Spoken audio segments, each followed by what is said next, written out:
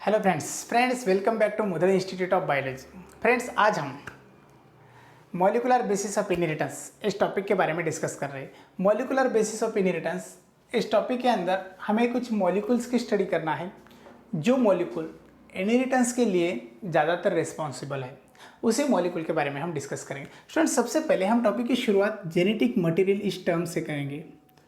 Genetic material, अब यहाँ पर देखो स्टूडेंट, जेनेटिक मटेरियल क्या है। जेनेटिक मटेरियल एक इस तरह का मटेरियल है जिस मटेरियल के अंदर जेनेटिक इंफॉर्मेशन स्टोर की जाती है, जेनेटिक इंफॉर्मेशन ट्रांसमिट करने की कैपेसिटी होती है, उसे जेनेटिक मटेरियल कहा जाता है। उसी जेनेटिक मटेरियल के हम कुछ कैरेक्टर्स देखेंगे। तो सबसे पहले हम कैरेक्टर्स देखेंगे। पहला कैरेक्टर यहाँ पर है कैरेक्टर्स। जो फर्स्ट कैरेक्टर यानी कि पहला कैरेक्टर हम यहाँ पर लिखेंगे वो है रेप्लिकेट। जेनेटिक मटेरियल रेप्लिकेशन कर सकता है, इसलिए फर्स्ट कैरेक्टर है रेप्लिकेशन का और रेप्लिकेट कैरेक्टर। सेकंड कैरेक्टर है जेनेटिक मटेरियल स्टेबल म्यूटेशन बता सकता है, स्टेबल म्यूटेशन। उसके बाद थर्ड कैरेक्टर यहाँ पर दे वाला है इनहेरिटेबल्स का। Student genetic material inert property maintain करता है, इनहेरिटेंस की प्रॉपर्टी मेंटेन करता है, उसीलिए हम उसी के नेक्स्ट कैरेक्टर को इनहेरिटेबल कैरेक्टर भी कहते हैं। और लास्ट जो कैरेक्टर हमें दिए वाला है वो है fourth one, that is the genetic material transmit information bye transcription. Genetic material transcription के माध्यम से, ट्रांसक्रिप्शन के थ्रू इंफॉर्मेशन ट्रांसफर करता है। तो these are the 4 important characters of genetic material. ये 4 इंपॉर्टेंट कैरेक्टर हमने जेनेटिक मटेरियल के बारे में डिस्कस किए। स्टूडेंट उसके बाद हम जेनेटिक मटेरियल की कुछ डिस्कवरी देखते हैं। अभी यहाँ पर देखो स्टूडेंट, जेनेटिक मटेरियल की जो डिस्कवरी है वो डिस्कवरी 1869 के अंदर फ्रेडरिक मिशर, इस साइंटिस्ट ने हमें अच्छी तरह से दी वाली है। फ्रेडरिक मिशर, इन्होंने जो स्टडी की थी वही स्टडी पस सेल के अंदर की थी। और ये जो पस सेल है, यही पस सेल के न्यूक्लियस के अंदर जेनेटिक मटेरियल प्रेजेंट रहने की वजह से उन्होंने जेनेटिक मटेरियल को न्यूक्लिन कहा था। क्या कहा था? न्यूक्लिन। और इसी न्यूक्लिन को आगे चलकर ऑल्टमन ने न्यूक्लिक एसिड कहा। अभी देखेंगे हम उसी को। तो सबसे पहले डिस्कवरी जो दी वाली है वो 1869 के अंदर है। कहाँ है? 1869 के अंदर फ्रेडरिक मिशर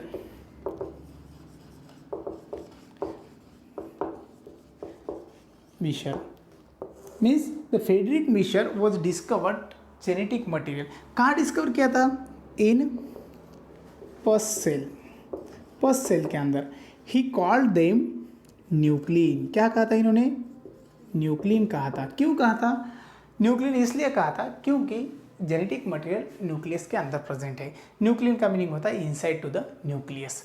उसके बाद न्यूक्लिन नाम से हम इसी को आगे पढ़ेंगे, लेकिन इसके बाद 1889 के अंदर इसी न्यूक्लिन नाम को बदलते हुए न्यूक्लिक एसिड कहा।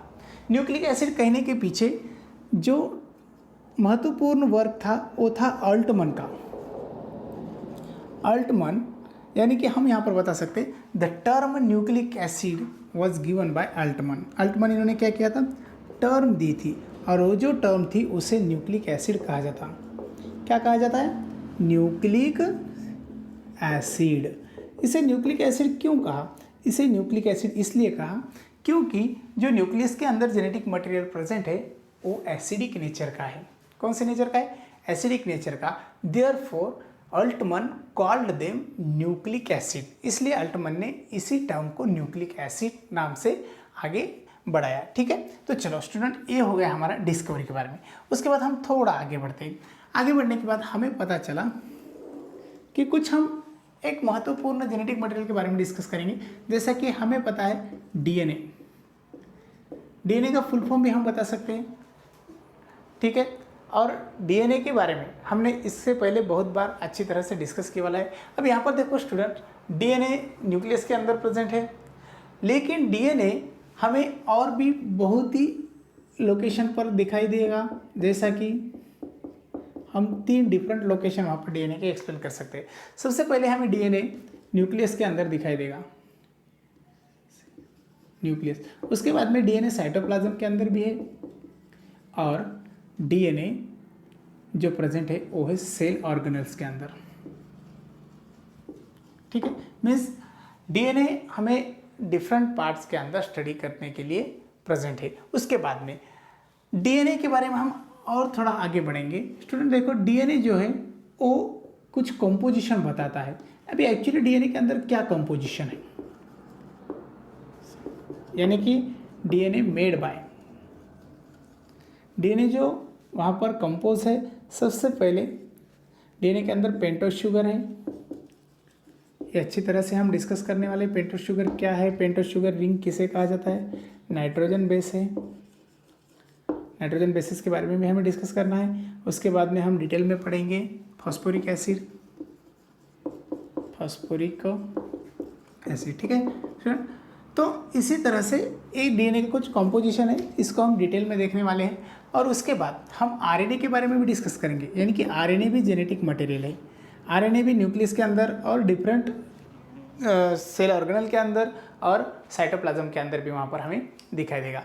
आरएनए ट्रांसक्रिप्शन प्रोसेस में भी महत्वपूर्ण वर्क करता है, यानी कि प्रोटीन सिंथेसिस भी आरएनए कर सकता है, ट्रांसलेशन प्रोसेस कर सकता है। इसी तरह से डिफरेंट टाइप के एक्टिविटीज इस जेनेटिक मटेरियल के ऊपर डिपेंड है, यानी कि this genetic material mostly responsible to transmit genetic information, therefore this is known as genetic material. इसलिए हम इसे जेनेटिक मटेरियल के नाम से भी जानते हैं। तो चलो स्टूडेंट, ये हो गया हमारा important introduction about to the molecular basis of inheritance.